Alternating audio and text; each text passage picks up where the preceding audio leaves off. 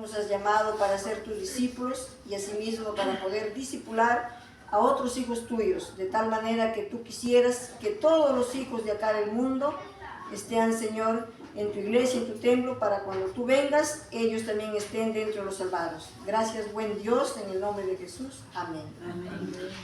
El tema del día de hoy lleva por título el llamado al discipulado. Primeramente vamos a hablar cómo a nosotros, por ejemplo, como ustedes, como toda la gente, tiene ciertas personas que lo hemos, como se dice, lo hemos añorado, nos ha dejado, como se dice, sus enseñanzas, lo hemos seguido. Y esas personas son, pues, tenemos grandes científicos como Isaac Newton, Albert Einstein, muchos hombres que hicieron y dieron mucho para nuestra humanidad. Así también nosotros podemos tener personajes históricos, por ejemplo acá de nuestro Perú. Tenemos héroes, tenemos hombres que lucharon ¿no? por un bien social. El caso, por ejemplo, de Francisco Bolognesi, él tuvo una frase muy conocida, ¿no? Que él dijo: pelearé hasta quemar el último cartucho. Y también el gran mártir José Olaya, ¿no? El pescador chorrillano. Él también tuvo una frase muy conocida. ¿Qué dijo él? Él dijo así, ¿no? Si 1000 vidas tuviera, gustoso las perdería antes que traicionar a mi patria. Y esas personas, esos hombres, realmente han sido, como dice, héroes, y muchas personas lo han seguido. Pero en este momento especial, nosotros quisiéramos hablar de otro ser maravilloso, extremadamente extraordinario, que es nuestro Señor Jesucristo. Y nuestro Señor Jesucristo también, hace muchos años, yo leí en un libro de Historia Universal, cómo era el físico, el porte de nuestro Señor Jesús. Esta era una carta escrita por Poncio Pilato al emperador Tiberio César, al emperador romano. Y en esta carta decía así, cuando le escribía, ¿no? Cómo era este tal Jesús, ¿no? Y él menciona ahí, ¿no? En esa carta dice que Jesús tenía un porte muy elegante, su tez era una tez clara, su cabello también era castaño hasta la mitad de la espalda, tenía una barba larga y su frente dice que era amplia y no había ninguna arruga. Dice que cuando Jesús predicaba lo hacía con toda autoridad, con todo poder. Pero cuando ya estaba terminando, dice que estaba él como llorando. Entonces mencionaba así en la carta, decía que Jesús casi no le vieron reír, casi él no reía, pero sí lloraba. Que cuando lo veían de lejos, dice que ellos le tenían temor, la gente le tenía temor, le tenía miedo. Pero cuando ya se acercaban más a ellos, dice que les daba ese deseo, esa impresión de abrazarlo y amarlo. Eso es lo que menciona Poncio Pilato en su carta, ¿no? Al emperador romano de aquel entonces. Es más, dice que sus ojos eran aceitunados, color aceituna. Su madre dice que era la mujer más bella de aquellas regiones. Eso menciona en el libro de Historia Universal que yo leí hace muchos años atrás. Pero nosotros aquí en la Biblia, aquí encontramos más descripciones de nuestro Señor Jesús, ¿no? Más descripciones. Nuestro Señor Jesús, aquel ser que vino aquí en la tierra, vino a vivir acá en la tierra, donde la palabra de Dios dice, ¿no? Por ejemplo, Jesús, aquel ser que destacó la humildad, dice que cuando Jesús caminaba, bueno, eso lo que estaba ahí en la carta, que él no tenía ese porte arrogante, ¿no? Cuando él caminaba lo hacía con toda humildad, como su rostro como inclinado hacia adelante, ¿no? Como símbolo de la humildad de quién era él. Y además también dice de que él era un hombre que la talla, bueno, se cree que estaba entre el 1,70 m al 1,80 m, se cree que tenía esa talla, ¿no? En esa descripción que hacían en la carta. Pero en la Biblia encontramos que Jesús habló con mucha autoridad. Jesús fue el Verbo que se hizo carne, el mismo Dios que habitó entre nosotros. Entonces, pues vale la pena, ¿no? Ser un seguidor de Él. y tenerlo, ser su discípulo porque esos personajes que lo hemos mencionado, esos personajes, esos héroes, esos científicos, pues ellos ya no están, ellos están descansando. En cambio Jesús, Él ha resucitado y Él está vivo, Él no ha muerto. Sus enseñanzas siguen tan frescas como si hubiera pasado hace poquitos días. Jesús, por ejemplo, cuando él hablaba, se le vio así también su, como se dice, esa seguridad por la verdad, esa autoridad. Cuando él dijo, ¿no? A pesar que hablaba del amor, también habló con mucha seguridad. Cuando él dijo así, no penséis que he venido a traer paz a la tierra. Yo he venido a traer espada, a poner en disensión, dijo, al padre contra el hijo, a la nuera contra la suegra, a la hija contra la madre. Así dijo él. Pero luego también él comentó así, dijo, ¿no? Mi paz os dejo, mi paz os doy. No se turbe vuestro corazón ni tengan miedo. Nos dio esa seguridad. No lo doy como el mundo lo da. Dijo así, ¿no? No se turbe vuestro corazón ni tengan miedo. Ahí nos da esa seguridad de que realmente Él fue el Hijo de Dios. Asimismo también cuando se dirigió a Jerusalén, Jesús dijo así, Jerusalén, Jerusalén, ¿cuántas veces quise juntar a tus polluelos, a tus hijos, así como la gallina junta a sus polluelos, pero tú no quisiste?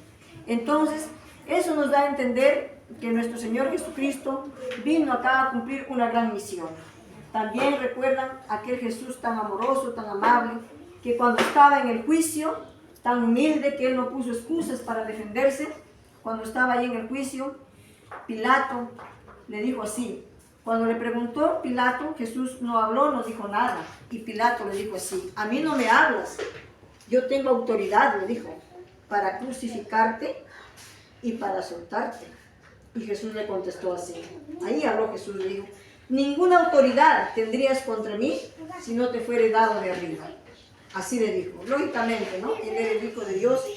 Jesús en muchas oportunidades dijo, mi reino no es de acá, mi reino no es de este mundo, porque si mi reino sería de este mundo, mis seguidores vendrían y pelearían. Lo dejó muy en claro. Entonces, yo quisiera identificarme con este ser tan superior, este ser que aquí en la tierra cuando vino, dice, Él no tuvo estudios. ¿Por qué? Porque Él es el dueño de la ciencia, Él es el dueño de toda la sabiduría, de todas las cosas que nosotros vemos.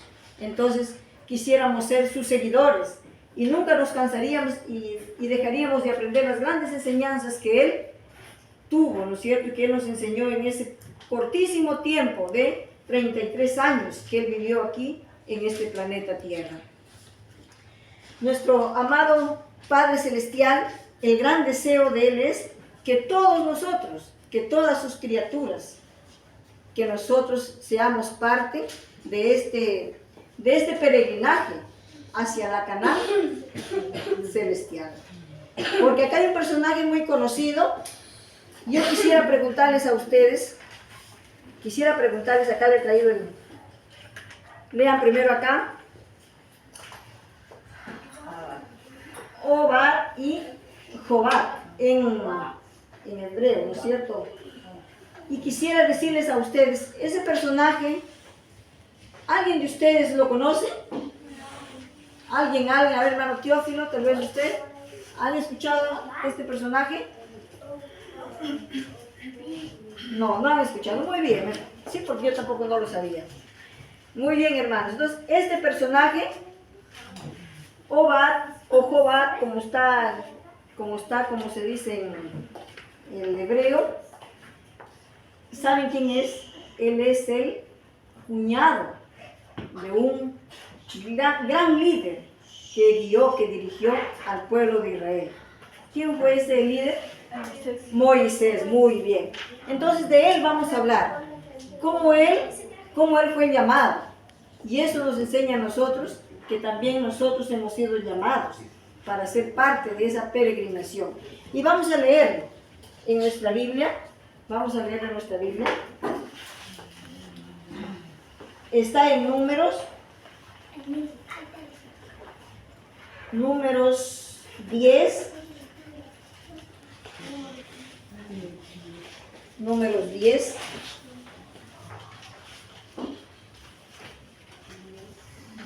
El 29, del 29 al 32. A ver, yo lo voy a leer y ustedes me acompañan, ¿ya? Números 10, del 29 al 32, dice así, ¿ya? Dice así: entonces dijo Moisés a Jobab, hijo de Raguel, madianita, su suegro: nosotros partimos para el lugar del cual Jehová ha dicho, yo os lo daré, ven con nosotros y te haremos bien, porque Jehová ha prometido el bien a Israel. Y él respondió: yo no iré, sino que me marcharé a mi tierra y a mi parentela. Y él le dijo: te ruego que no nos dejes, porque tú conoces los lugares donde hemos de acampar en el desierto, y nos serás en lugar de ojos. Y si vienes con nosotros cuando tengamos el bien que Jehová nos ha de hacer, nosotros te haremos bien. Muy bien, entonces, acá podemos nosotros ver claramente cómo nuestro Padre, nuestro Dios, en la persona del cuñado de Moisés, que él le hizo una invitación, un llamado para que les acompañaran en este camino, en esta peregrinación que ellos iban a tener en el desierto. Ahí nosotros podemos ver cómo Dios nos está llamando y nos ha llamado a cada uno de nosotros. Vemos ahí el llamado para ser sus discípulos y para discipular a otros.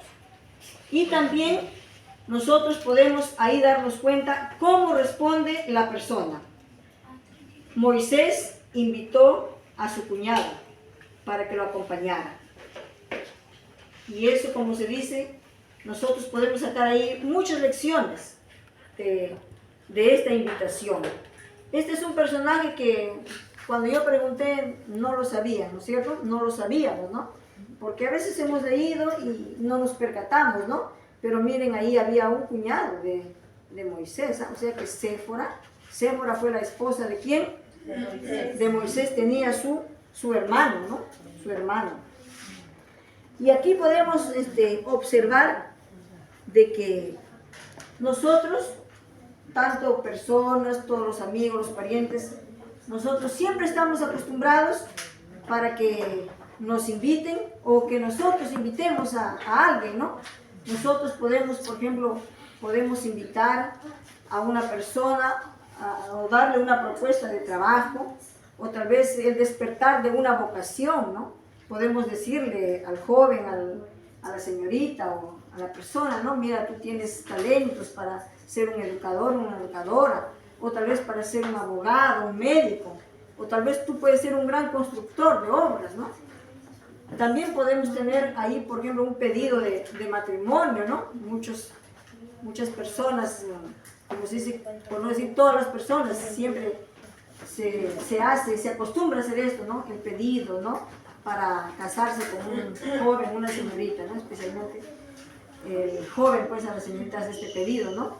Y las personas nos alegramos, ¿no? Cuando nos hacen este pedido, esta propuesta, ¿no? Pero el hecho de que nosotros aceptemos ese pedido, esa invitación, demanda también de nosotros responsabilidad. Si es que nosotros ya hemos aceptado, por ejemplo, a hacer cualquier actividad, en este caso, nosotros hemos aceptado hacer, ¿qué? ¿Puede escuchar la voz? ¿Hacer qué? Discípulos, ¿no? Discípulos de Cristo. Todos acá somos discípulos de Cristo. Y también se nos manda que discipulemos al resto, ¿no? A los que están afuera. Aquí en estos textos de que Moisés llama a su cuñado, nosotros podemos ver tres características, cómo el Señor se manifiesta con sus discípulos. La primera parte, aquí en el versículo lo tenemos la primera parte dice que el llamado de nuestro Señor incluye una promesa. Y eso lo vemos en el verso 29. Vamos a volverlo a leer. el verso 29, porque si no ya nos olvidamos ya. El llamado divino incluye una promesa. Él quiere darnos muchas bendiciones. Y está en el verso 29. Dice, entonces dijo Moisés a Joab, hijo de Reuel, madianita, su suegro, nosotros partimos para el lugar del cual Jehová ha dicho, yo os lo daré, ven con nosotros y te haremos bien, porque Jehová ha prometido el bien a Israel. Entonces Moisés le dijo a su cuñado, si tú vienes con nosotros, te haremos también a ti bien. ¿Por qué? Porque el Señor así lo ha dicho, ¿no? Ellos iban, ¿dónde? Rumbo a la tierra prometida, a la Canaán terrenal. Tierra que dice que fluye leche y miel, donde no iban a comer su pan con escasez, sino iba a haber abundancia de pan. Esa tierra iba a ser para el pueblo de Israel. Y el Señor, pues esas bendiciones nos quiere dar. Y Moisés le dijo a su cuñado, también a ti te daremos esas bendiciones. Y también lo especifica en Jeremías. Ahí están las bendiciones que el Señor desea darnos. Vamos a abrir en nuestra Biblia. Abramos en nuestra Biblia. Jeremías 29. Jeremías 29.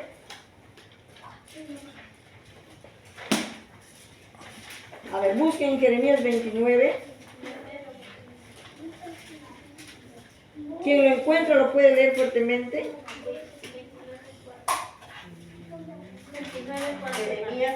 Jeremías 29. Jeremías 29, el verso del 11 al 13. ¿Cuáles son las bendiciones que Dios quiere dar? ¿Puedes leer, hermana, fuerte?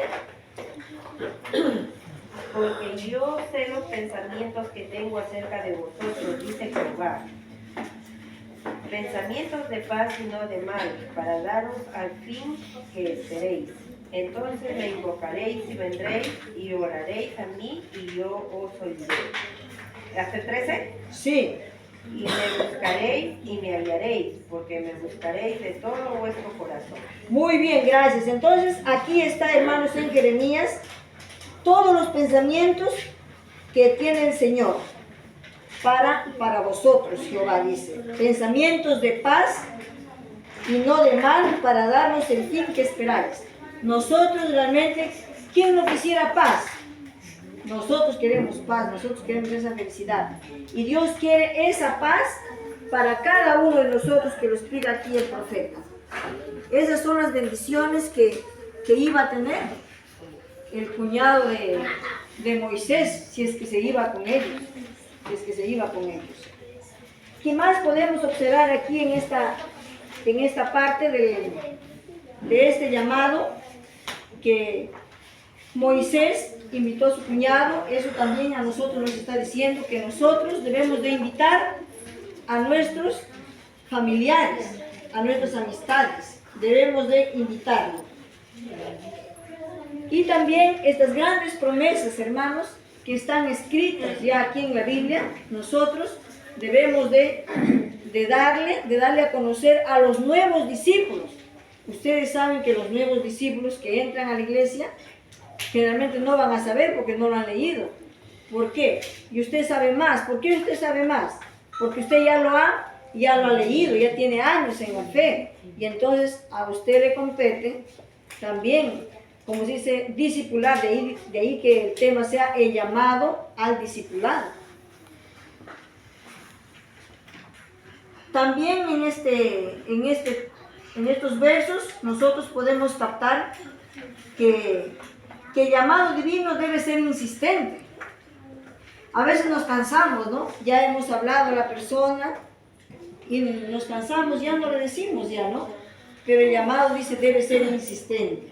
Por supuesto, hay que emplear pues, las palabras de sabiduría, ¿no es cierto? Para no incomodarlo, no molestarlo a la persona. Debemos de pedir al Señor que nos dé, como se dice, esa sabiduría para nosotros poder expresar y que el llamado sea insistente, ¿no? En el verso 30, vamos a volverlo a leer, el verso 30 de Números.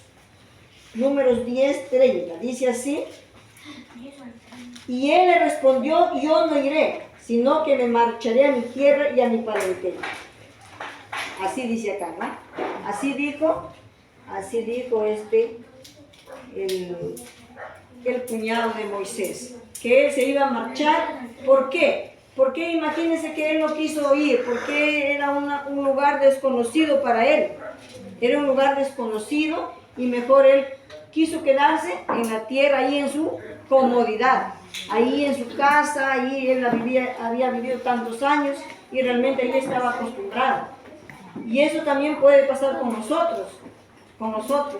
El lugar donde estamos, no quisiéramos ir, por ejemplo, a tal lugar, a tal sitio, y ahí hablar de la palabra. ¿Por qué? Porque preferimos estar de repente ahí cómodos, sentados en nuestra casa, y no dar ese tiempecito, ¿no es cierto?, para hablar de la palabra. Pero aquí nos está amonestando que nosotros debemos ser persistentes. Y a veces también, ser persistente también significa que tal vez no vamos a hablar, pero nosotros vamos a demostrar nuestro testimonio. Y por nuestro testimonio, ellos se van a dar cuenta, van a decir, esta persona sí realmente sigue a Dios, cumple como está ahí en la palabra, es un seguidor, es un discípulo de Cristo. Tal vez no necesitemos hablar, hay casos que no se necesita hablar. ¿Estamos de acuerdo? No necesitamos hablar. Muy bien, seguimos avanzando con el tema, ¿no? Dios no desiste, como se dice, de ofrecer la salvación. Nuestro Padre Celestial, nuestro Dios, cada día, Él todavía no ha perdido la oportunidad con nadie.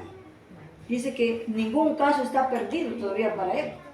Entonces Él sigue insistiendo, Él quiere que todas las personas alcancemos la salvación. Miren qué hermoso, ¿no? Qué alegría, ¿no? Este seguidor este maestro, Jesús, ¿no? El Hijo de Dios, ¿no? Él sí vino acá a la tierra y Él no desea perder ninguno. Quisiera que todos nosotros alcancemos lo que Él ha prometido. Y el trabajo, como se dice, el trabajo espiritual no es fácil. Sabemos que usted puede estar hablando a una persona 10 años, 20 años, pero eso no le debe desanimar, a usted, ¿no? Siempre debería estar, como se dice, mencionando. Después solamente habrá dos opciones. La persona que usted le está hablando o que el contacto que usted está haciendo con ellos, como puede ser la familia, solamente habrá dos opciones.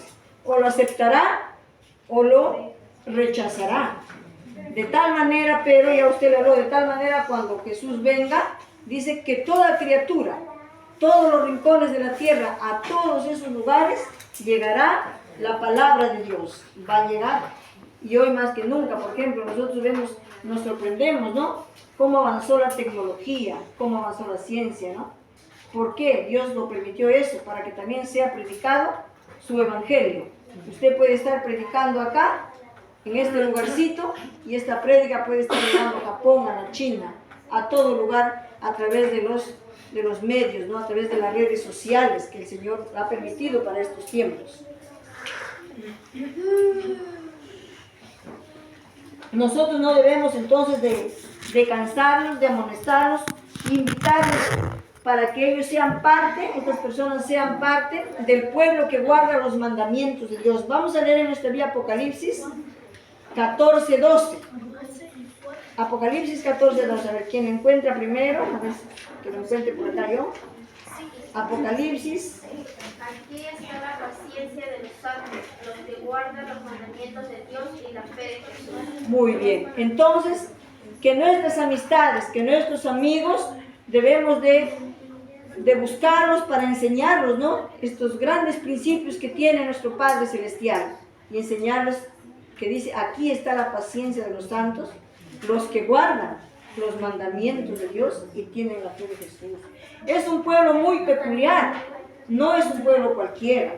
¿Qué característica tiene este pueblo? Guarda los mandamientos de Dios y ¿qué más?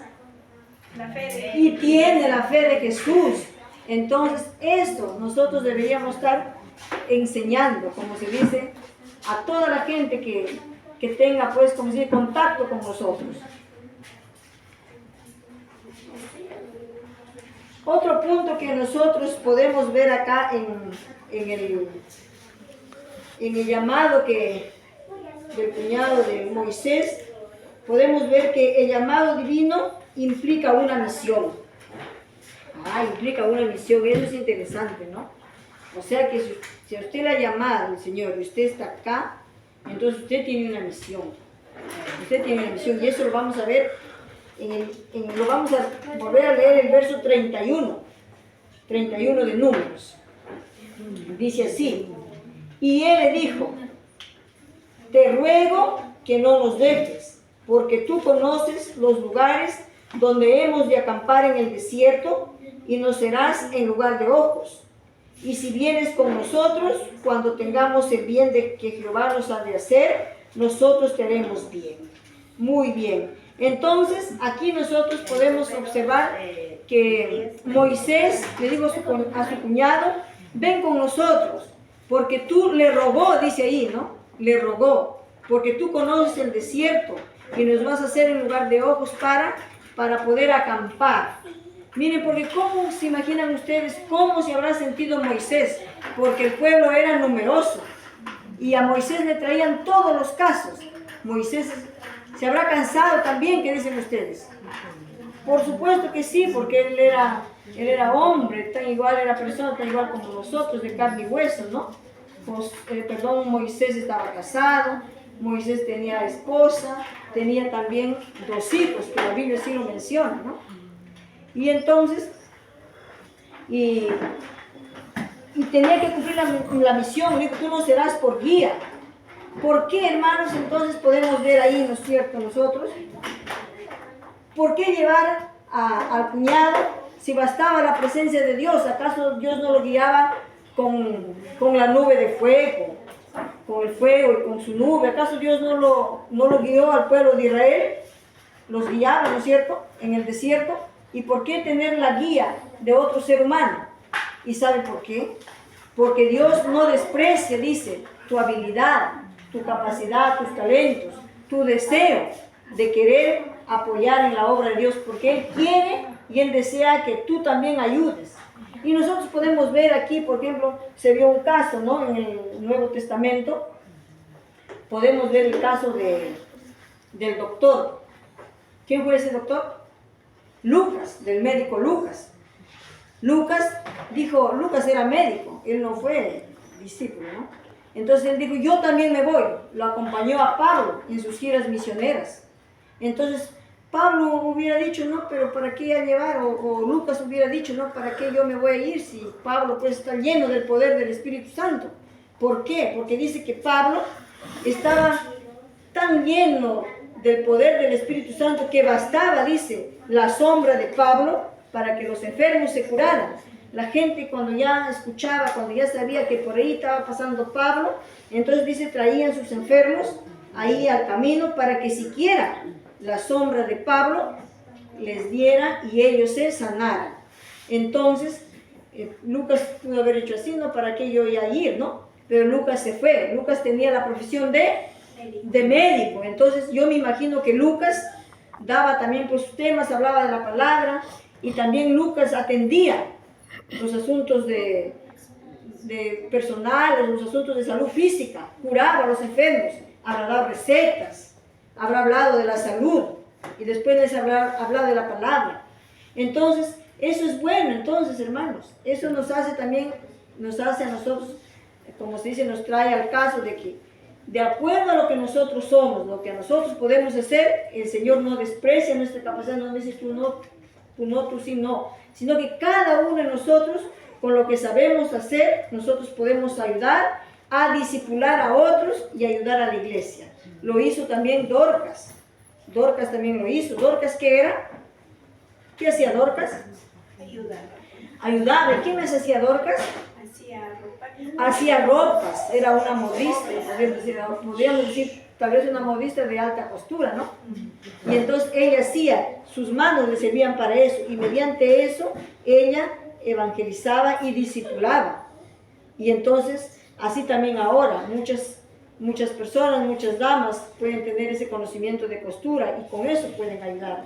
Otros pueden ser maestros constructores, albañiles, carpinteros, y todo eso serviría para la obra.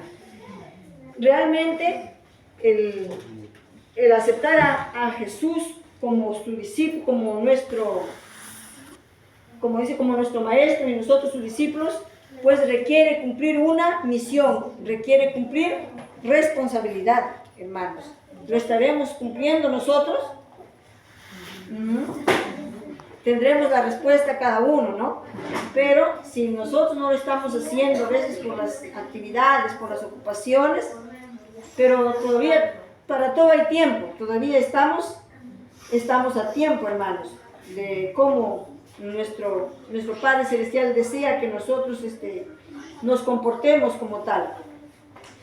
Realmente explicar las grandes cosas, las grandes promesas que tiene nuestro Dios para nosotros, realmente con nuestra mente tan finita, tan pequeña, no lo podríamos entender. Las grandes promesas, las grandes bendiciones que Él tiene para cada discípulo que realmente se compromete con Cristo.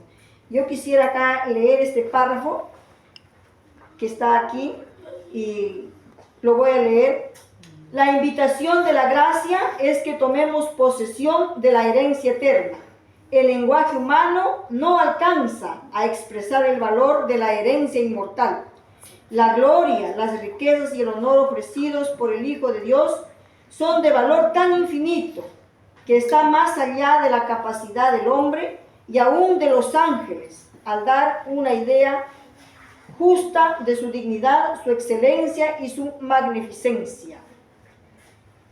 Es tan grande, tan elocuente, tan inenarrable que humanamente no lo podríamos describir. Pablo dice que las cosas que está esperando a todo hijo que ama a Dios son cosas que ojo no vio, ni oído escuchó, ni ha subido a pensamiento de hombre alguno. Son las cosas que Dios está preparando para los que lo aman. Realmente qué alegría, qué gozo para nosotros. Y nos hemos de callar con toda esta riqueza que nosotros tenemos. No, de ninguna manera. Tenemos que hablar a otros. Este párrafo que he leído, si alguno quisiera comprobarlo, está en Testimonios para la Iglesia, tomo 2, página 38. Las grandes riquezas que nuestro Dios tiene, esa gracia que Él tiene, y con nuestra mente tan pequeña que no lo podemos entender y comprender, pero al menos cuando leemos esos párrafos en la palabra o en la pluma inspirada, podemos tener un pálido reflejo de lo que Dios está preparando para sus hijos. La vida eterna, finalmente, estimados hermanos, estimados amigos que escuchan, dentro de breve van a estar escuchando nuestros amigos también en YouTube, este tema tan maravilloso. La vida eterna es para usted y es para mí y es para cada uno de nosotros. Podemos mencionar también acá las grandes, las maravillas de la Jerusalén futura, ¿no? La Jerusalén que ya está listo, ¿no? Que va a ser la metrópoli del nuevo reino, y está acá en Apocalipsis 21. Busquen Apocalipsis 21. Sí. Vamos a recordar un poco de Apocalipsis 21, ya lo encontré por acá. Dice así: y vi un cielo nuevo y una tierra nueva, porque el primer cielo y la primera tierra pasaron, y el mar ya no existía más. Yo, Juan, vi la santa ciudad, la nueva Jerusalén, descender del cielo de Dios, dispuesta como una esposa ataviada para su marido. En otras versiones dice como una novia ataviada para su esposo. Y oí una gran voz del cielo que decía: he aquí el tabernáculo de Dios con los hombres, y Él morará con ellos, y ellos serán su pueblo, y Dios mismo estará con ellos como su Dios. Enjugará Dios toda lágrima de los ojos de ellos, y ya no habrá más muerte, ni habrá más llanto, ni clamor, ni dolor, porque las primeras cosas pasaron. Estas son las grandes promesas que Dios tiene para sus hijos. Allí viviremos la eterna juventud. Ya no habrá lágrimas, ya no habrá dolor, ya no habrá también la injusticia que vemos ahora. Todo será abundancia de paz. El Señor vino a traer abundancia de paz y eso lo volveremos a recuperar. Todas estas primeras cosas pasaron, o sea, lo que estamos viviendo ahora, todo pasará, pasará. También nuestro Señor Jesucristo, nosotros, nada ya nos hará recordar el pasado, todo lo que hemos vivido, tanto sufrimiento, tanto dolor, tanta lágrima aquí. Solamente dice que habrá un recuerdo que hemos vivido en este sitio, en este mundo de dolor. Solamente estarán las huellas, las cicatrices que el Señor Jesús fue clavado, de su costado también, de donde manó el agua, dice, la sangre. También estarán las cicatrices en su cabeza, la corona de espinas que le pusieron. Esas cicatrices sí estarán por toda la eternidad. Eso le hará recordar a usted, probablemente, ¿no?, recordaremos algo, ¿no?, que hemos vivido en un mundo como el que estamos viviendo ahora. Tanta riqueza, tanta gloria que el mundo venidero nos está, como se dice, ofreciendo, y nuestro Padre quiere que seamos ahí, ciudadanos de su reino. Los últimos versos, y que son muy interesantes, también vamos a leer acá en Isaías 20. Isaías 20 ahí también narra de la futura, de la futura gloria de Sión. Isaías 60, el verso 18 hacia adelante, vamos a tener también a recordar cómo es esta gloria de la cual nosotros vamos a gozar. Dice así, Isaías 60, del 18 adelante, a ver, lo voy a leer que ya lo tengo acá. Nunca más se irá en tu tierra violencia, destrucción ni quebrantamiento en tu territorio, sino que a tus muros llamarás salvación y a tus puertas alabanza. El sol nunca más te servirá de luz para el día, ni el resplandor de la luna te alumbrará, sino que Jehová te será por luz perpetua y el Dios tuyo por tu gloria. No se pondrá jamás tu sol, ni menguará tu luna, porque Jehová te será por luz perpetua, y los días de tu luto se habrán acabado. Y tu pueblo, todos ellos serán justos, para siempre heredarán la tierra, renuevos de mi plantío, obra de mis manos, para gloriarme. El pequeño vendrá a ser 10,000, y el menor un pueblo fuerte. Yo, Jehová, a su tiempo haré todo esto, será cumplido pronto. Esto ya lo dijo el profeta Isaías antes de que naciera el Señor Jesús. Entonces aquí podemos ver cómo ya los profetas de antaño, antes de que Jesús vendría, ya habían descrito cómo iba a ser la gloria futura.